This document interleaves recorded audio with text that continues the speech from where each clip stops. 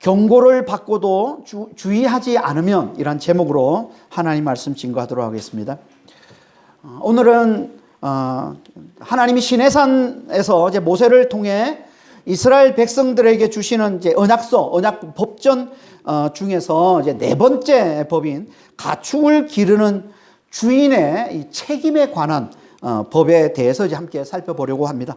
28절 한번 보겠습니다. 21장 28절. 소가 남자나 여자를 받아서 죽이면 그 소는 반드시 돌로 쳐서 죽일 것이요 그 고기는 먹지 말 것이며 임자는 형벌을 면하려니와. 당시에는 농경사회였습니다. 농경사회였던 당시에는 소가 가축들이 이제 가장 중요한 재산이었는데 그 중에서도 가장 귀한 게 소였습니다. 그러니까 가축 중에 소가 가장 비싸고 가장 크고 가장 무서운 그런 짐승이었던 거죠. 그래서 제사를 드릴 때도 부자들은 가장 비싼 소를 바치게 했고, 이제 일반 서민들은 양을, 그리고 이제 가난한 자들은 이제 비둘기를 바치게 했던 겁니다. 그러니까 소는 당시 집에서 기르는 이 가축을 대표하는 짐승이라고 보시면 됩니다. 그러니까 가축을 대표해서 지금 소를 얘기하고 있는 거죠. 그 소가 돌발적으로 남자나 여자를 들이받아서 죽이게 되면 그 소가 아무리 비싼 소라 할지라도 그 소는 반드시 돌로 쳐서 죽이라는 겁니다. 이건요, 하나님이 홍수 심판 후에 인류의 조상이 된 노아 때부터 주셨던 말씀이에요. 그래서 창세기 9장 5절 6절에 이렇게 말씀하고 있습니다. 내가 반드시 너희의 피, 곧 너희의 생명의 피를 찾으리니 짐승이면 그 짐승에게서, 사람이나 사람의 형제면 그에게서 그의 생명을 찾으리라. 이는 하나님이 자기 형상대로 사람을 지었었음이니라. 사람을 죽이면 짐승이라도 반드시 죽이라고 이제 말씀을 하고 있는데, 그 이유가 뭡니까? 사람이 하나님의 형상대로 지원받은 존재이기 때문에, 하나님처럼 영적이고 인격적인 존재로 지원받았고, 또 하나님을 대신해서 세상을 다스리는 자로 지원받았기 때문에 하나님께서는 사람을 죽였으면 누구라도 막론하고 반드시 죽여야 된다, 이렇게 얘기를 하고 있는 겁니다. 그러니까 이 말은 남자든 여자든 소가 사람을 들이받아 죽였으면 반드시 죽이라는 이 말씀은 하나님께서 사람의 생명을 얼마나 소중히 여기신지를 다시 한번 이제 우리에게 말씀해 주고 있는 거죠. 그리고 더 나아가서 그 고기도 먹지 말라, 이렇게 얘기를 합니다. 고대는요, 돌로 쳐서 죽인 이 피 흘린 죄를 범한 짐승은 저주받은 짐승으로 여기고 그 고기를 절대 먹지 말라 했던 겁니다. 고대 사람들은 먹는 게 사람들에게 영향을 준다고 여겼습니다. 그러니까 짐승을 먹으면 그 저주받은 그 성질, 짐승의 그 저주받은 성질이 그대로 그들에게 임한다고 여겼던 거죠. 그래서 저주받은 짐승은 못 먹게 했던 겁니다. 그런데 소는 그렇게 철저히 죄를 묻는 반면에 그 주인은 죄가 없다고 합니다. 그러니까 짐승이 잘못한 걸 주인에게까지 책임을 묻지는 않는다는 거예요.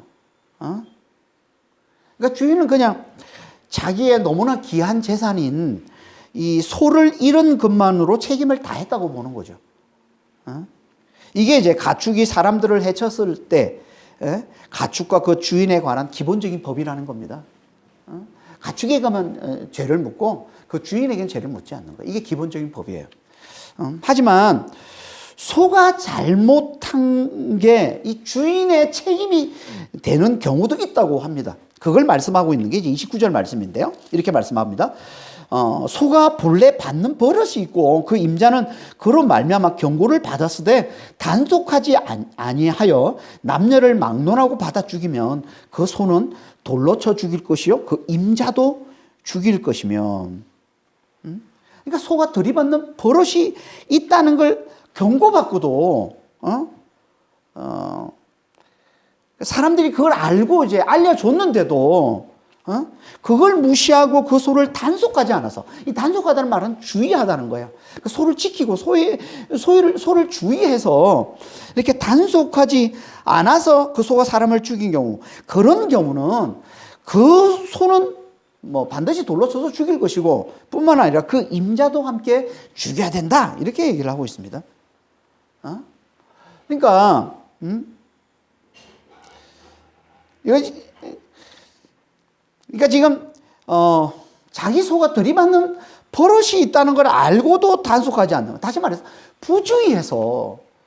부주의해서 소가 사람을 죽인 경우와 그렇지 않은 경우, 돌발적으로 이제 소가 사람을 들이받아 죽인 경우를 아주 철저하게 구분하고 있는 거죠. 지금 엄격하게 구분하고 있는 거예요. 그리고는 이제 부주의해서, 그러니까 알고도 경고를 받고도 단속하지 않아서 소가 죽인 그런 경우는 소도 죽이고 그 주인도 함께 죽여야 된다고 아주 엄하게 죄를 묻고 있습니다. 왜 알고도 단속하지 않은 걸 이렇게 엄하게 물으시는 걸까요? 그건 이걸 그 주인이 사람을 죽일 의도가 있는 것으로 보기 때문에 그런 겁니다. 그러니까 이건 우리 앞에 지난 시간에 살펴봤던 20절, 21절의 말씀. 그러니까 주인이 종을 때려서 종이 즉사한 경우엔 주인도 죽여야 하지만 그렇지 않고 이살이일이 지나서 종이 주인을 죽으면 주인에게 죄를 묻지 않은 것 같은 거예요. 그러니까 종이 즉사한 경우에는 주인이 죽을 의도를 가지고 때린 것으로 보고 주인도 함께 벌여야 된다고 하는 것이고, 그렇지 않은 경우는 죽일 의도가 없는 것으로 보고 주인을 살려 두는 것처럼 여기서도 마찬가지예요. 소가 들이받는 버릇이 있다는 걸 알고도 단속하지 않은 건 사람을 죽일 의도가 있는 것으로 보는 거예요. 그래서 그 주인도 함께 죽이라는 거예요. 하지만 그렇지 않은 경우에는, 그러니까 부인의 부지 중에 돌발적으로 소가 사람을 들이받아서 죽인 경우에는 죽일 의도가 없는 것으로 보고 그 주인에게는 책임을 묻지 않는다. 이렇게 보는 겁니다. 그러니까 이것도 지난주에 나눈 것처럼 하나님께서 죽일 의도가 있느냐 없느냐, 고의로 한 것이냐 아니냐, 이걸 철저히 구분해서 고의로 한 것이면 하나님께서 엄격하게 죄를 물으시고, 그렇지 않은 경우는 하나님께서 살려두시는 그런 말씀을 또다시 한 번 더 강조해서 이제 말씀을 하고 있는 거죠. 지난주에도 우리가 자세히 살펴봤지만 하나님은요, 고의로 짓는 죄를 가장 악하게 보신다는 거예요. 고의로 짓는 죄. 그래서 거기는 그럴 때는 다시는 속지 않은 제사가 없다라고 하나님 말씀하셨다는 거죠. 다시 한번 히브리 10장 26, 27절에 우리가 진리를 아는 지식을 받은 후에 짐짓, 고의로 죄를 범한 적 다시 속지 않은 제사가 없고 오직 무서운 마음으로 심판을 기다리는 것과 대적하는 자를 태울 맹렬한 불만이 있으리라. 그러니까 우리는 절대 고의로 죄를 범하지 말아야 됩니다. 고의로 죄를 범하지 않는다는 말은 다른 말로 하면 영어로 죄를 범하지 않는 겁니다. 이 고의라는 이 말은요, 내 의지를 얘기하는 거예요. 자유의지. 그러니까 자발적으로 자유의지. 자유의지를 말하는 건데, 이 자유의지는, 우리 의지는요, 영에 속해 있습니다. 그러니까 영으로 죄를 범한 거예요. 그럼 우리가 이 고의로 죄를 범하지 않으려면 어떻게 돼요? 우리의 영에 예수님이 계셔야 돼요. 예수를 믿는다는 것은 우리의 영에 예수님이 계신 걸 얘기하는 거예요. 다시 말해서 우리 의지가 예수께 붙들리는 거예요. 이게 예수를 믿는 겁니다. 그러니까 우리는 예수를 잘 믿어야 고의로 죄를 범하지 않는 자가 되는 거예요. 그러니까 예수를 잘 믿으시고 내 안에 예수님이 사심으로 잘 알고 그분을 잘 의지함으로 절대 하나님이 가장 악하게 보시는 고의의 범죄를 절대 저지르지 않는 그런 믿음의 성도자 되시길 바랍니다. 그런데 이렇게 경고를 받고도 주의하지 않아서 소가 사람을 죽인 경우, 이건요, 완전히 고의로 살인한 것과는 좀 다르죠. 그러니까 완전히 고의로 살인한 것도 아니잖아요. 이게. 그러니까 완전히 고의로 살인한 것으로 보기보다는 부주의해서 살인한 것으로 보는 게 더 가까운 거예요. 이건. 그러니까 고의가 있긴 있지만 이 안에 어떻게 보면 더 큰 범죄는 부주의로 인한 범죄로 보는 겁니다. 그래서 하나님께서 이 경우에는 구제의 길을 열어주세요. 고의로 살인한 자에게는 구제의 길이 없잖아요. 재단에 뿔을 붙들더라도 그걸 끌어내서 죽이라고 얘기할 정도로 절대 하나님이 봐주지 않지만, 여기서는 하나님께서 구제의 길을 열어주십니다. 그러니까 부주의로 인한 살인으로 보시고 구제의 길을 열어주시는 거예요. 그게 30절 말씀입니다. 만일 그에게 속죄금을 부과하면 무릇 그 명령한 것을 생명의 대가로 낼 것이요. 속죄금을 부과한다는 말은 유족이, 피해자 가족이 속죄금을 요구한다는 거예요. 속죄금을 요구. 그러니까 속죄금을 요구하면 그 요구한 걸 자신의 생명의 대가로 낼 수 있다는 거예요. 그러면 그 주인이 살 수 있다는 겁니다. 그러니까 이건 그의 생명이 유족의 요구에 달렸다는 거죠. 그들이 그 소주인을 죽이는 걸 원치 않고 그 대신 속죄금을 원하면, 다시 말해서 보상을 원하면 그 주인은 자기 생명의 대가로 자기 생명을 구원하는 속전으로 그들이 요구하는 걸 줘야 하고, 그럴 경우엔 그가 살아남을 수 있다는 겁니다. 그 외에는 그가 살 수 있는 길이 없다는 거예요. 그러니까 이건 주도권이 유족에게 있는 거죠. 그들이 그 주인을, 그 소의 주인을 죽이길 원치 않을 때만, 그 대신 속죄금을 원할 때만 그가 살아남을 수 있다는 겁니다. 아니면은 사는 길이 없어요, 그에게. 다시 말해서 그 소주인에겐 스스로 속죄할 힘이, 속죄할 권한이 없다는 겁니다. 그러니까 그는 오직 유족의 처분만 기다릴 뿐이에요. 유족의 처분. 자기에겐 죄에서 벗어날, 이 죄에서 벗어날 길이 없어요. 근데 여기 이 속죄금 그리고 생명의 대가라는 이 단어는요, 이 단어는 우리의 구원을 나타내는 의미로 자주 쓰이는 단어들입니다.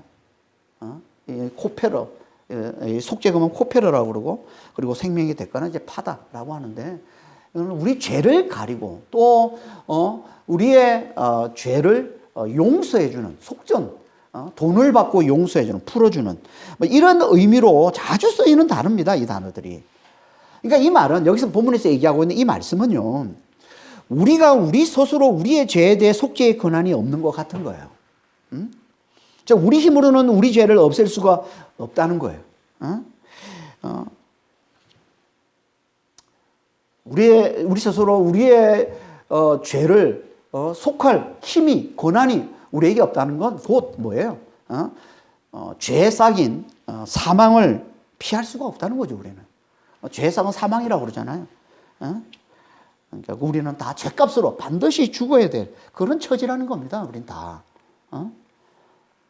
여기서 우리가 살아남을 수 있는 건 딱 하나죠. 뭐예요? 피해자이신 하나님의 처분에 달렸다는 거예요. 하나님의 처분. 그분이 우리의 생명을 원하지 않고, 우리를 죽이기를 원하지 않고, 속죄금을 원할 때, 그때 비로소 우리는 살아남을 수 있다는 거예요. 근데 너무나 감사하게도 그분이 놀라운 은혜로 우리의 생명을 원하지 않으셨다는 거예요. 우리의 생명을 취하는 대신 속죄금을 대신 내기를 하나님이 원하셨다는 거예요. 생명의 대가를 내면, 속전을 내면 우리가 살아남을 수 있도록 하나님께서 그렇게 우리에게 은혜를 베풀어 주셨다. 이게 복음인 거예요, 이게. 그러니까 오늘 이 말씀은, 본문의 이 말씀은 이걸 예표로 보여주는 거지. 그러니까 우리가 지난 시간에 살펴봤던 부지 중에 살인한 자가 도피성으로 피하면 살 수 있는 것과 같은 거예요. 오늘 본문에서는 뭐예요? 부주의해서 살인한 자도 유족이 요구하는 속죄금만 내면 살 수 있다는 겁니다. 같은 말씀을 하고 있는 거예요. 지난주 말씀과. 그러니까 반드시 죽을 수밖에 없는 그런 상황인데 우리가 살 수 있는 길을 하나님께서 지금 만들어 주고 계신 거죠. 지난주에는 도피성에 대해서 하나님 말씀해 주고, 오늘은 속죄금을 내는 것으로 하나님 말씀해 주고 있는 겁니다. 이 도피성이, 우리가 지난주에 살펴봤던 이 도피성이 누구를 상징하고 누구를 예표하는 거라고 했습니까? 예수님이라고 그랬죠, 예수님. 그래서 부지 중에 살인한 자가 도피성으로 도망쳐서 대제사장이 죽으면은 그게 곧 그가 죽은 것으로 그렇게 여기고 자유해지는, 그가 살아남는, 이게 도피성 이야기였다고 그랬죠. 마치 예수님 얘기를 하고 있는 거라고 그랬습니다. 그렇다면 오늘 본문에 이 속죄금, 속죄금을 지불하면 살 수 있다고 그랬는데, 이 속죄금은 누구를 상징하고 누구를 예표하는 걸까요? 당연히 예수님을 예표하는 겁니다.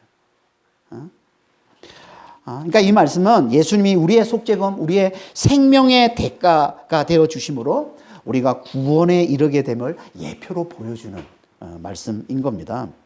그래서 이 30절을 부연해서 31절, 32절 이렇게 말씀하고 있어요. 31절, 32절 한번 보겠습니다. 아들을 받든지 딸을 받든지 이 법규대로 그 임자에게 행할 것이며, 소가 만일 남종이나 여종을 받으면 소 임자가 은 30세겔을 그의 상전에게 줄 것이요 소는 돌로 쳐서 죽일지니라.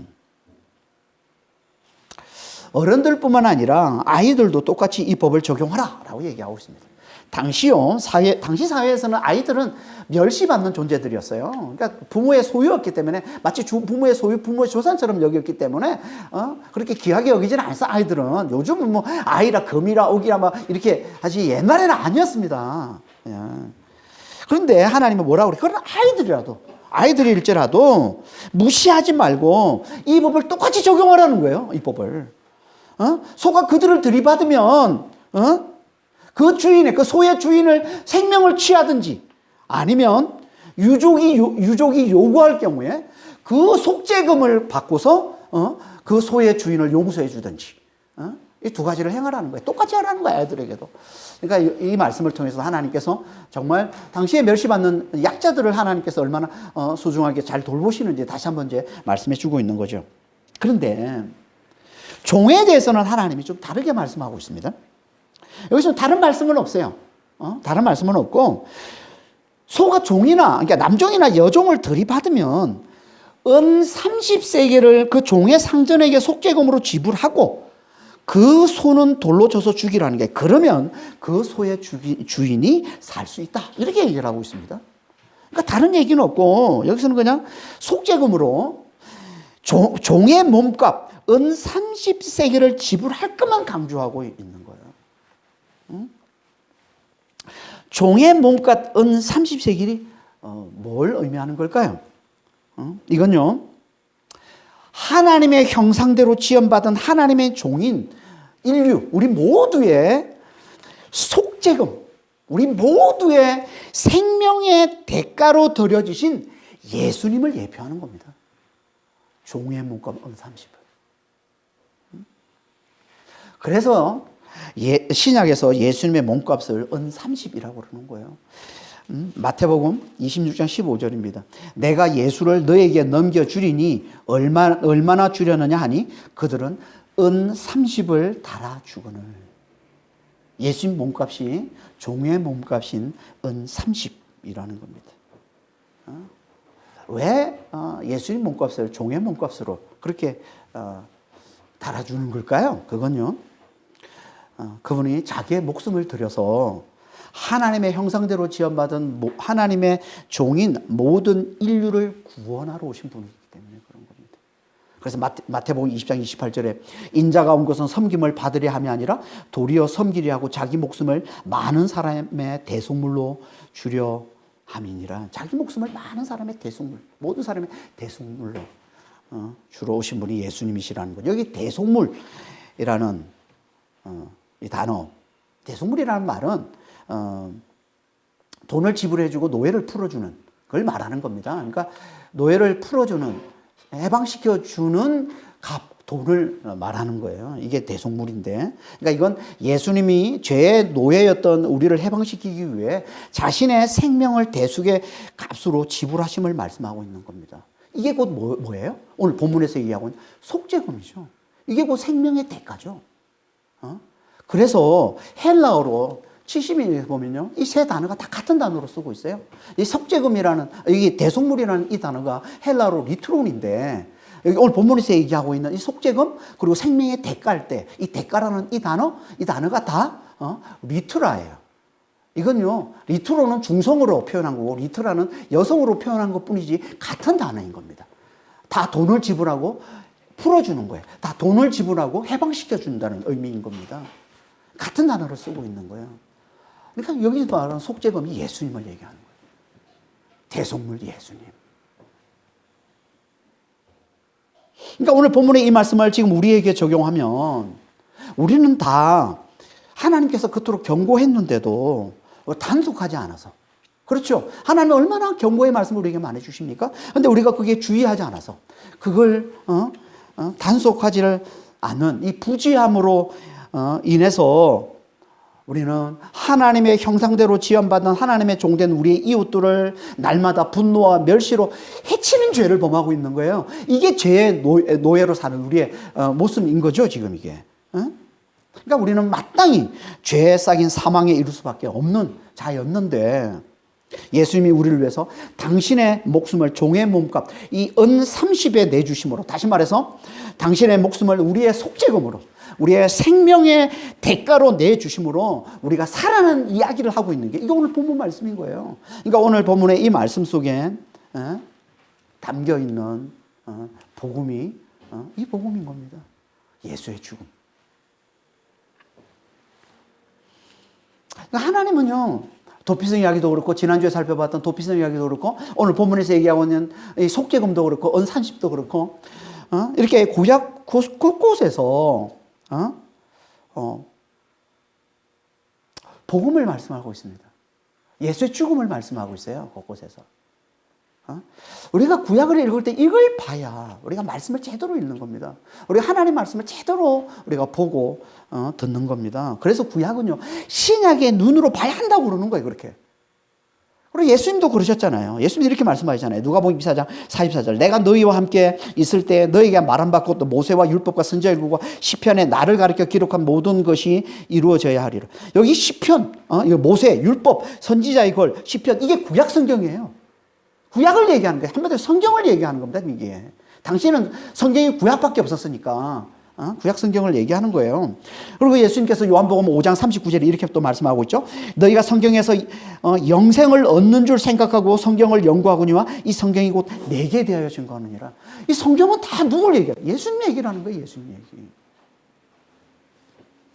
그러니까 우리는 예수의 복음을 잘 깨달아서 구약을 읽을 때마다 그 구약 속에 담긴 이 복음을 잘 읽어낼 줄 알아야 정말 우리가 복음을 풍성하게 잘 깨닫고 정말 우리의 믿음이 더 견고해지고 우리의 믿음이 더 온전해지는 거예요.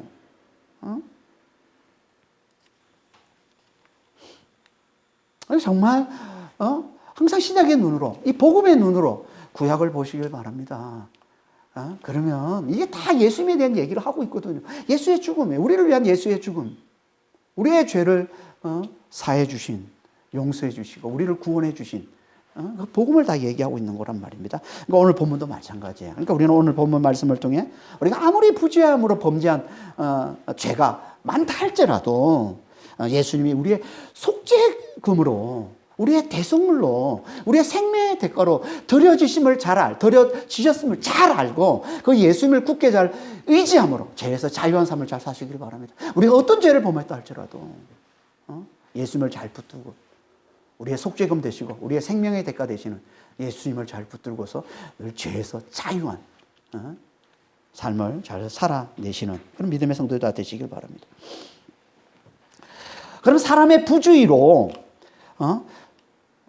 소가 죽을 경우에, 사람이 아니라 소를 해쳤을 경우에는 어떻게 합니까? 그때도 마찬가지라는 거예요. 소로 똑같이 갚아주든지 그 속값으로 배상해주라, 보상해주라는 겁니다. 33절, 34절입니다. 사람이 구덩이를 열어두거나 구덩이를 파고 덮지 아니하므로 소나 나귀가 거기에 빠지면 그 구덩이 주인이 잘 보상해서 짐승의 임자에게 돈을 줄 것이요 죽은 것은 그가 차지할 것이니라. 사람이 구덩이를 열어두거나 파고 덮지 않아서, 이 말은 무슨 말이에요? 부주의한 거죠. 지금 그렇죠. 구덩이를 팠는데 덮질 않아. 거기서 그러다가 뭐 소가 빠지고 뭐 나귀가 빠지고 그런 경우 빠져 죽으면 그런 경우 어떻게 하냐? 부주의함으로 죽은 거예요. 사람이 부주의함으로. 그러니까 짐승이 소나 나귀가 죽은 경우, 그런 경우엔 그 죽은 소 주인에게 그 값을 보장해 주라는 거예요. 그리고 죽은 건 그가 차지하라. 소값을 배상해 주고 죽은 거 차지하라. 이렇게 얘기합니다. 소가 소를 들이받아 죽인 경우도 마찬가지예요. 35절, 36절입니다. 이 사람의 소가 저 사람의 소를 받아 죽이면 살아있는 소를 팔아서 그 값을 반으로 나누고 또한 죽은 것도 반으로 나누려니와 그 소가 본래 받는 버릇이 있는 줄 알고도 그 임자가 단속하지 아니하였으면 그는 소로 소를 갚을 것이요 죽은 것은 그가 차지할지니라.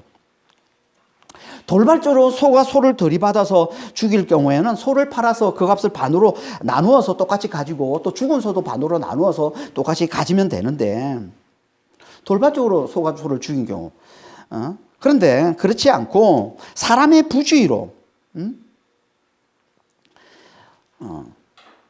소가 들이받는 버릇이 있는 줄 알고도 그렇게 경고를 받고도 알고 있으면서도 단속하지 않아서 부주의해서 소를 들이받아 죽인 경우는 어떻게 하라고요? 소를 갚아라.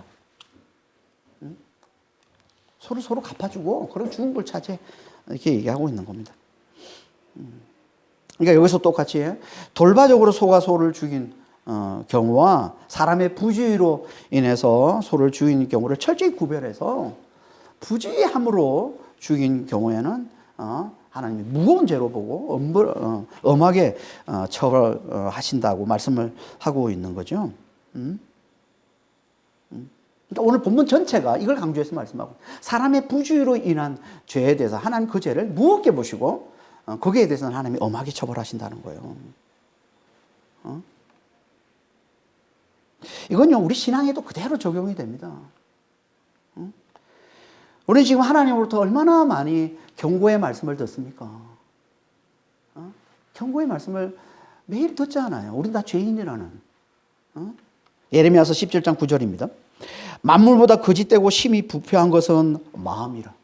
우리의 인간의 마음은요 거짓되고 심히 부패한 거라고 해요. 다른 말로 하면 죄로 가득하다는 거예요. 인간의 마음은. 로마서 3장 23절에 모든 사람이 죄를 범하였음에 하나님의 영광이 이르지 못했다. 우리는 다 죄인이라는 겁니다. 이게 성경에서 우리에게 매일 강조하는 거 아닙니까?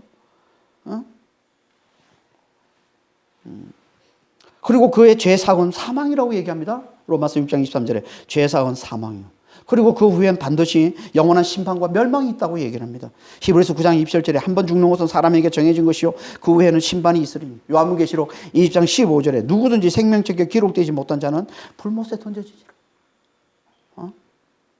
이건 우리가 하나님 말씀을 통해서 계속 경고받고 있는데도 우리가 이걸 알고도 주의하지 않잖아요. 이걸 알고도 우리가 그대로 그냥 그걸 무시하고 우리가 방치하고 있지 않습니까? 우리 스스로를 그냥 방치하고 우리가 여전히 우리 마음대로 살고 있지 않나요? 하나님이 이걸 무거운 죄로 보시고 하나님이 엄하게 처벌하겠다는 거예요. 하나님 반드시 그 죄를 물으시겠다는 거예요. 반드시 사망과 심판을 내리시겠다는 거죠. 그에게. 그러니까 우리는 경고를 주시는 이 말씀을 잘 듣고 그 말씀에 잘 주의하는 자가 되어야 되는 거예요. 말씀을 잘 지키는 자가 되어야 된다는 거예요. 그래야 우리가 구원에 이를 수 있다고 하는 겁니다. 그런데 이게 우리 힘으로 됩니까? 이게?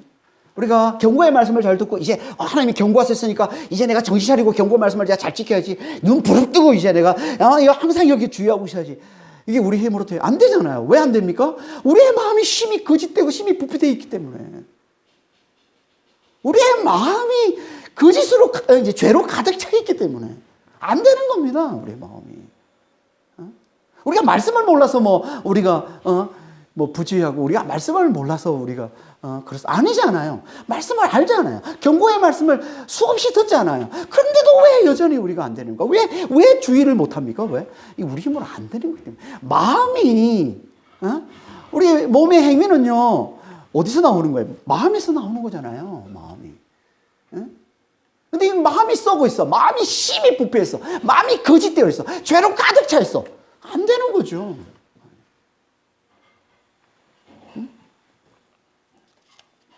그러니까 이 말은 우리 힘으로는 절대 안 된다는 거예요. 아무리 경고를 받아도 아무리 하나님이 우리에게 계속 말씀을 하셔도 우리는 절대 그 말씀에 주의할 수 없다는 거예요. 그 말씀을 제대로 깨달을 수 없다는 거예요. 우리는.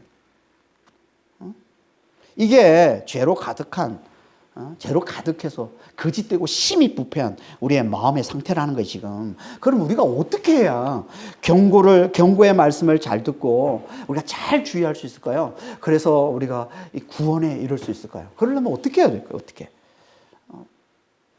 하나밖에 없습니다. 우리의 마음을 가라. 없는 것밖에 없는 거죠. 우리의 마음을 가라. 옛 마음을 제거하고 새 마음으로 가라 없는 것밖에 없지 않습니까?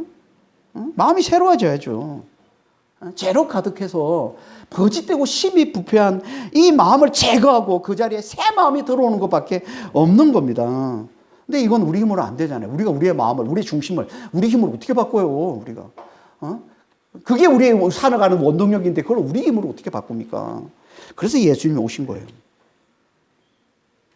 그래서 예수님이 오셔서 우리의 속죄금이 되어주시는 겁니다. 예수님이 오셔서 우리의 생명의 대가가 되어주시는 거예요.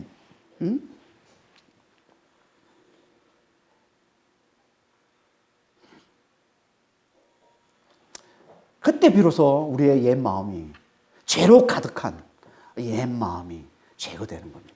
그분이 우리의 죄를 대신해서 죽으심으로, 그게 속죄금이잖아요. 그게 대속물이잖아요. 그분이 죄를 가져가시는 거거든요.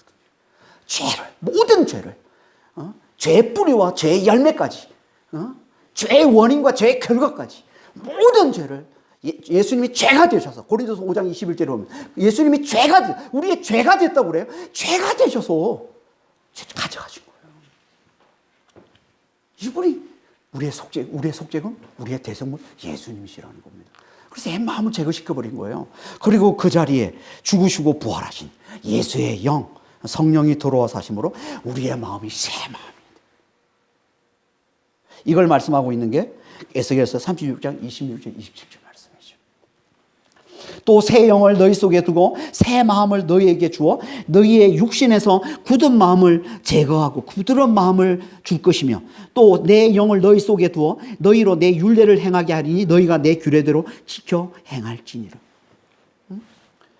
예수님이 우리의 속죄금, 우리의 생명의 대가, 우리의 대속물이 되셔서 우리의 죄를 지고 죽으심으로 말미암아 죄가 가득하여 거짓되고 심히 부패한 우리의 옛 마음을 재주신 겁니다. 그러면 이제 그 자리에 죽으시고 부활하신 예수의 영, 다시 말해서 십자가의 완전한 사랑과 부활의 그 완전한 능력이 되시고 만유의 주가 되신 예수의 영이 성령으로 들어와 사심으로 우리가 새 마음이 되었다는 겁니다. 그래서 이제 우리가 예수의 영이 성령을 잘 의지할 때 성령께서 우리에게 힘을 주셔서 하나님의 경고의 말씀뿐만 아니라 하나님의 이 축복의 말씀도 우리가 잘 듣고 잘 주의하고 잘 지키는 자가 되어서 마침내 우리가 구원에 이르는 자가 된다는 겁니다. 이게 복음인 거예요.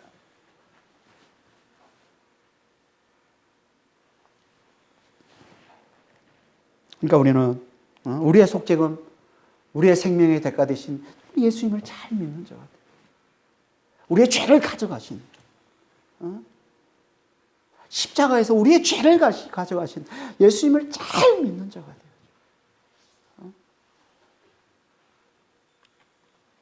그러면 그 자리에 죽으시고 부활하신 예수의 영이 죄인을 위해서 죽으시는 그 완전한 사랑이 되시고 죽은 자가운데서 부활하시는 그 완전한 능력이 되시는 그 예수의 영이, 그리고 하늘에 올라서 하늘과 땅을 다스리는 만유의 주가 되신 그 예수의 영이 우리 안에 들어와 사는 자가 되어서 우리가 하나님의 말씀을 잘 지킨 자가 된다는 겁니다.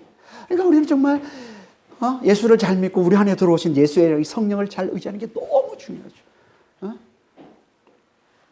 완전한 사랑과 완전한 능력이 되시고 만유의 주가 되신 이 성령, 예수의 영이신 이 성령, 그분이 영원히 우리와 함께 하신다잖아요. 우리 안에 들어오셔서 영원히 우리와 함께 하시는 게. 그걸 다른 말로 골로새 3장 4절에서는 생명이 되신다는 거예요. 우리의 생명이 되시는 그리스도. 여러분 생명 여러분 아니에요. 그리스도가 우리 안에 들어와 사시는 그리스도가 우리의 생명인 거예요. 예수님이 우리의 생명이란 말이에요. 다시 말해서 그걸 다른 말로 하면 그분이 우리의 진정한 자예요. 여러분 나는 예수를 믿는 사람은 이 자아잖아요. 나는 예수님이에요. 진정한 자는 예수님이란 말이에요. 어? 그래서 바울이 그런 거 아니에요. 이제 내가 사는 것이 아니라 내 안에 그리스도가 사는 것. 이 말이 이제 진정한 자, 예수님이 우리 안에 들어오지 진정한 자가 되어 사는 자라는 거예요. 이걸 정말 잘 깨닫고 예수님이 진짜 나라는 걸 잘 깨닫고 그 예수님을 잘 의지하며 사는 이게 복음의 핵심인 겁니다. 이게 복음의 핵심이에요. 이거만큼 중요한 게 없어요. 정말 이걸 잘 깨달으시길 바랍니다. 그래서 이걸 제가 계속 강조하는 겁니다. 예수님이 죽으시고, 우리를 위해 죽으시고, 우리 죄를 위해 죽으시고, 죄를 가져가 죽으시고, 그 죄가 있던 그 자리에 예수님이, 부활하신 예수님이, 만유의 주가 되신 예수님이 들어와서, 영원히 사시는, 우리의 생명이 되시고, 우리의 진정한 자아가 되셔서 사시는, 그게 우리 안에 들어와신 성령님이시라고. 그리고 성령님 우리가 의지할 때, 그분이 우리에게 힘을 주셔서,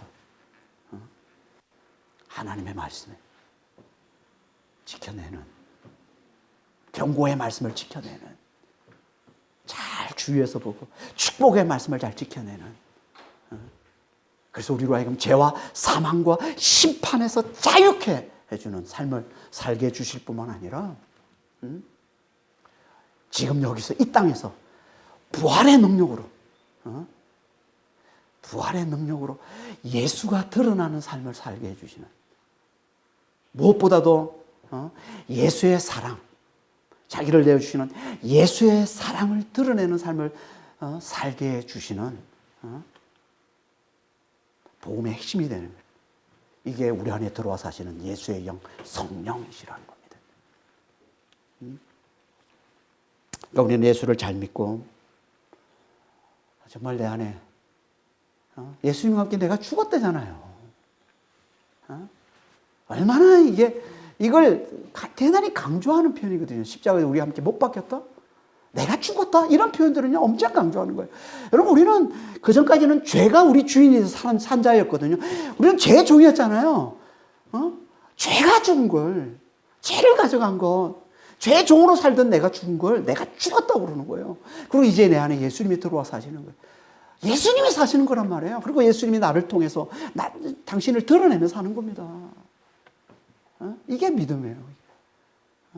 예수를 잘 믿고 들어오신 예수의 영, 죽으시고 부활하시고 완전한 사랑과 완전히 능력이 되시고 만유의 주가 되신 예수의 영, 성령이 들어와 사심을 잘하고 그분을 잘 의지하고 그분께 잘 피하고 늘 그분을 찾고 그분을 바라보고 그분을 의지하는 삶을 잘 사셔서 그분의 능력으로, 그분의 힘으로 하나님 말씀을 잘 지켜내는, 그래서 정말 하나님과 늘 함께 하시는, 하나님의 놀라운 축복을 받아 사는, 이 땅에서 축복을 받아 사는 삶을 살 뿐만 아니라 마침내 정말 영생과 부활을, 영원토록 하나님 주시는 놀라운 구원을 잘 받아 누리는 그런 믿음의 성도들이 다 되시길 예수님으로 축원합니다.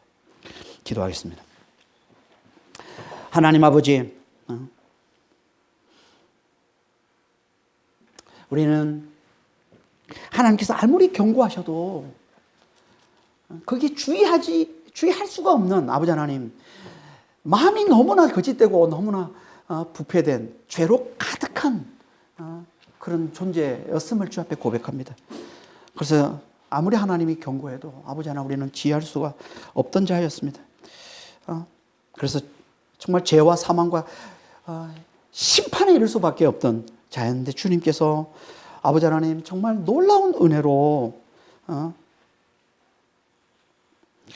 우리의 속죄금으로, 우리의 생명의 대가로 예수님을 보내주셔서 우리의 죄를 다 가져가시고, 그래서 우리로 하여금 이제 죄에 대해서 죽은 자가 되게 하시고, 그 죄가 있던 그 자리에 죽으시고 부활하신 예수님이 그 완전한 사랑과 완전한 능력이 되시고 만유의 주가 되신 예수님이 성령으로 들어와 사심으로 아버지 하나님, 이제 우리가 하나님의 말씀을 잘 듣고 잘 주의하고 잘 지키는 자가 되게 해주시고, 그래서 정말 하나님 우리에게 주시는 놀라운 구원을 받아 누리는 자가 되게 해주시니 참으로 감사합니다.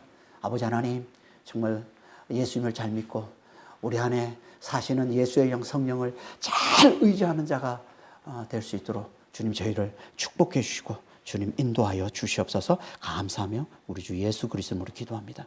아멘.